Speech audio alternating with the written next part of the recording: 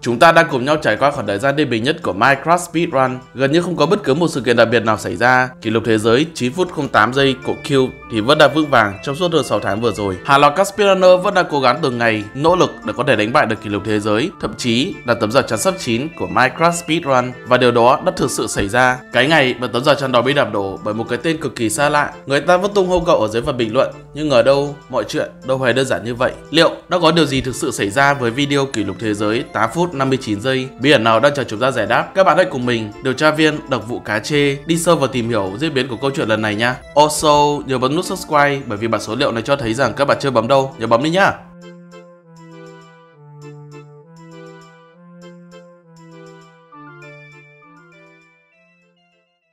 Dreaming Arthur, gọi tắt là Arthur, quốc tịch trên speedrun.com của cậu là Nga. Cậu cũng từng là người nắm giữ đến tận 2 kỷ lục thế giới của Minecraft Speedrun. Lần thứ nhất là kỷ lục thế giới ở Hot Hardcore, có nghĩa là các bạn sẽ phải tìm mọi cách để lấy bài dầu Ender trong khi chỉ có đúng mỗi nửa team. Lần thứ hai là kỷ lục thế giới đánh bài dầu Ender nhưng là thể loại set seed và người chơi sẽ bắt đầu dưới Nether và các công cụ. Trở lại với thể loại speedrun mà chúng ta đang nói tới, Minecraft Speedrun Anniversary RSG là thể loại chơi phổ biến và có số lượng người chơi đông đảo nhất. Kỷ lục thế giới trước đó do Brighton đã xác lập được 275 ngày đã bị đánh bại bởi Q1337. Hiện cũng đã kéo dài được 6 tháng hơn. Trong lúc mà mọi người nghĩ rằng kỷ lục thế giới này sẽ còn trụ dài thì một sự kiện chấn động đã xảy ra. Ngày 27 tháng 7 năm 2022, cộng đồng Minecraft Speedrun náo nhiệt hơn mọi ngày. Một cá nhân vô danh nào đó đã phá đổ được kỷ lục thế giới, thậm chí là tấm rào chắn sắt 9 đó luôn. Video được đăng tải bởi một speedrunner không quá tên tuổi. So với hồi Bretida thì kỷ lục thế giới cũng như vậy, nhưng màn chạy lần này thực sự có vấn đề. Chúng ta sẽ cùng đi vào phân tích ngay màn chạy kỷ lục thế giới 8 phút 59 giây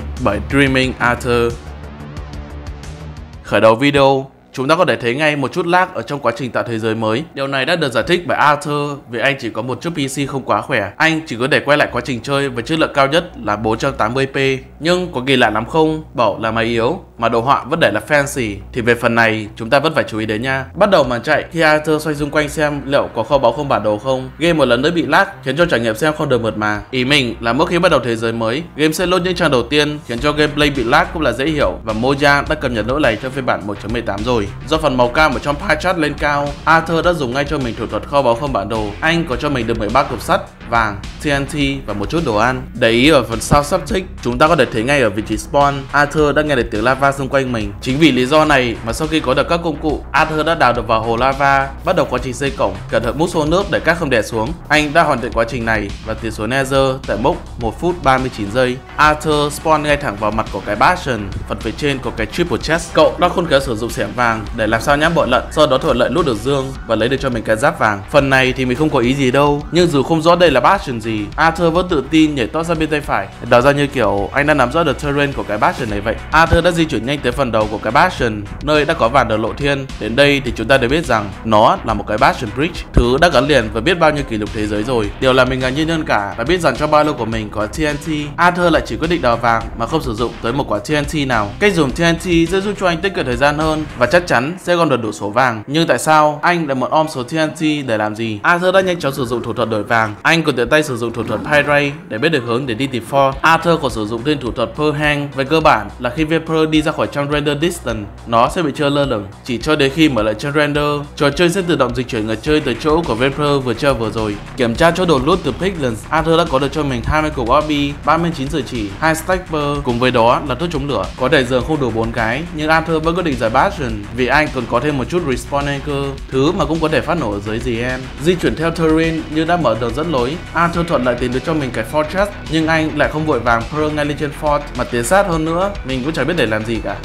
Thì ra là đường dẫn tới spawner. Không, mình nói thật đấy, cũng hơi có một chút nghi ngờ. Dù sao thì Arthur cũng chỉ tìm thấy cái spawner khi vô tình thấy, chứ không phải là chạy thẳng vào. Arthur đã xử lý 2 con blaze đầu tiên, kích nổ 2 quả TNT mà anh đã vừa om vừa rồi, để lại khoảng không để cho blaze xuất hiện. Anh đã có tỷ lệ rớt 3/3. Xây xong còn địa ngục để chuẩn bị cho thủ thuật calculator. Anh đã không vội vàng quay trở lại với overworld mà cố gắng tận dụng khoảng thời gian mà blaze spawn, đánh chơi đủ 6 que rồi mới quay trở lại. Tỷ lệ rớt cuối cùng là 7/6 nha. Tại đây, anh spawn ở giữa biển, một turret không quá hoàn hảo vì khi nắm mắt nó sẽ rớt xuống biển. Anh sẽ phải tốn thêm thời gian để quay trở lại với cổng. Sử dụng một mắt, hai mắt, Arthur đã có được tọa độ blind ở trong tay. Mặc dù hơi mờ nhưng chúng ta vẫn có thể thấy được khoảng cách là 1000 block, có nghĩa là khoảng 120 block ở dưới Nether. Arthur đã dùng Pearl để di chuyển tới được vị trí blind, đào thẳng xuống một cúp vàng để tiết kiệm thời gian. Arthur đã xây cổng blind lần thứ 2 và boom, Arthur đã có mặt tại Stronghold. Anh đã nhanh chóng sử dụng thủ thuật Preemptive Navigation. PyChat nói rằng anh có rất nhiều hướng để đi tìm Portal Room, nhưng Arthur lại quyết định đi sang hướng bên trái trước, không có gì đáng ngờ. Anh đã may mắn tìm được Portal Room và với số mắt đã cross sẵn ở trong tay, Arthur đã hoàn thành cánh cổng và có mặt tại The End. Arthur đã di chuyển lên mặt đảo, sự reset vì anh chưa hồi máu. Setup xong chỗ One Cycle, Arthur đã crop respawn anchor cùng với giường. Anh vừa quay mặt trở lại thì con rồng đã bắt đầu quá trình purging, không hề có một chút sự lo lắng nào. Arthur đã đánh bại được rồng Ender, không nói lên lời vì mic của mình không có on. Màn chạy kết thúc tại mốc 8 phút 53 giây, nhưng nhờ có tính năng tự động retime, Arthur đã kết thúc màn chạy tại mốc 8 phút 59 giây, đã bao gồm cả thời gian phạt từ việc check blind rồi. Anh đã trở thành người đầu tiên đánh bại được kỷ lục thế giới với thành tích sub 9 Minecraft Speedrun. Nếu như các bạn nghĩ rằng video đến đây đã kết thúc thì những nghi ngờ mà mình đã nói ra trong phần phân tích bỏ đi à? Bây giờ chúng ta sẽ cùng với nhau tới với phần hay nhất của video này nha. Ngày 28 tháng 7 năm 2022, 24 tiếng kể từ sau khi màn chạy được đăng tải, đã không có ít những bàn luận sôi nổi được đưa ra. Dưới phần bình luận, các comment hầu hết đều là chúc mừng cho Arthur vì anh đã trở thành người đầu tiên phá đổ được cột mốc số 9 của Minecraft Speedrun. Tuy nhiên, ban điều hành và bộ kiểm duyệt của Minecraft Speedrun lại không nghĩ như vậy. Một kiểm duyệt viên đã thay mặt cho cả nhóm đưa ra các phát biểu như sau: xin hãy được vội vàng công nhận màn chạy 8 phút 59 giây này của Dreaming Arthur là màn chạy kỷ lục thế giới mới. Chúng tôi vẫn còn đang trong quá trình kiểm duyệt và đã tìm ra được rất nhiều vấn đề xoay quanh màn chạy này.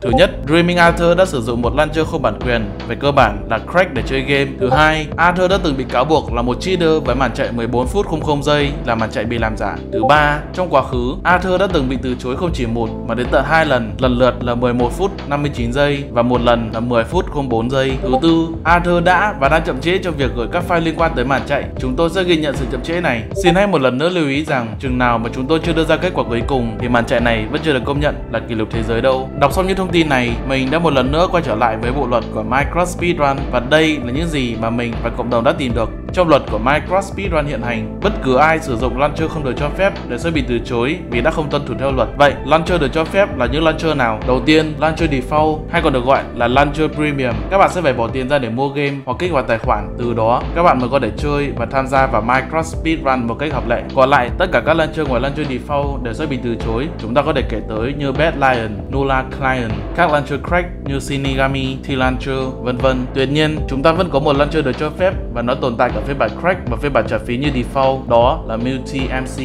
Arthur của chúng ta trong trường hợp này đã sử dụng launcher Multi MC cracked, nên về vấn đề này thì không có gì đáng quan ngại cả. Tiện thể thì các bạn đừng hỏi mình về cách cài đặt Multi MC, các bạn có thể lên mạng xem hoặc mua game cho nó nhanh nha. Bỏ qua câu chuyện về launcher, mình đã quay sang tìm hiểu về tiểu sử của speedrunner này và kết quả cực kỳ đáng ngờ. Nếu như các bạn không biết thì cùng ngày với kỷ lục thế giới 9 phút 08 giây của Q được thực hiện, Dreaming Arthur cũng đã submit màn chạy 10 phút 04 giây của mình, qua đó chiếm trệ trên vị trí top 5 của bảng xếp hạng Minecraft Speedrun. Sau vài tháng kể từ khi màn chạy được gửi, nhóm ban điều hành của Minecraft Speedrun đã quyết định từ chối màn chạy do bọn họ đã không có đủ bằng chứng để xác thực về tính minh bạch của màn chạy này. Tiện nói thêm về màn chạy bị từ chối trước đó, lý do mà ban điều hành đưa ra cũng gần như tương tự. Thêm vào đó, theo lời kể của kiểm duyệt viên, Dreaming Arthur đã từng một lần làm giả video Minecraft Speedrun thành tích 14 phút 00 giây. Chiếu theo bộ luật của ban điều hành thì anh đáng ra đã phải bị cấm sáo hoàn toàn khỏi bảng xếp hạng rồi. Rất may cho anh vì có vẻ vụ việc không bị làm to nên anh vẫn được tự do tự tại. Lưu ý thêm rằng ban điều hành của Minecraft Speedrun sẽ chỉ cần thêm bằng chứng để xác thực màn chạy khi và chỉ khi các bạn có được màn chạy dưới sub 17, chi tiết hơn là sub 13. Vì vậy, nếu như các bạn tham gia vào Minecraft Speedrun mà có được thành tích không thuộc diện trên thì không phải lo nha. Khi tìm hiểu kỹ hơn về màn chạy, mình có phát hiện ra điều này. Video kỷ lục thế giới 8 phút 59 giây của Dreaming Arthur được quay trong quá trình anh tham gia vào sự kiện CIS BTRL. Dịch nôm na thì là cuộc thi phá đảo kỷ lục thế giới trên livestream giữa các nước trong khối các quốc gia độc lập. Hiểu đơn giản thì các quốc gia độc lập ở đây là chỉ các nước thuộc Liên Xô cũ. Sau khi tìm hiểu sâu hơn, mình có tìm ra được một đường link có đủ các số liệu thống kê, thông tin của các runner trong cuộc thi này.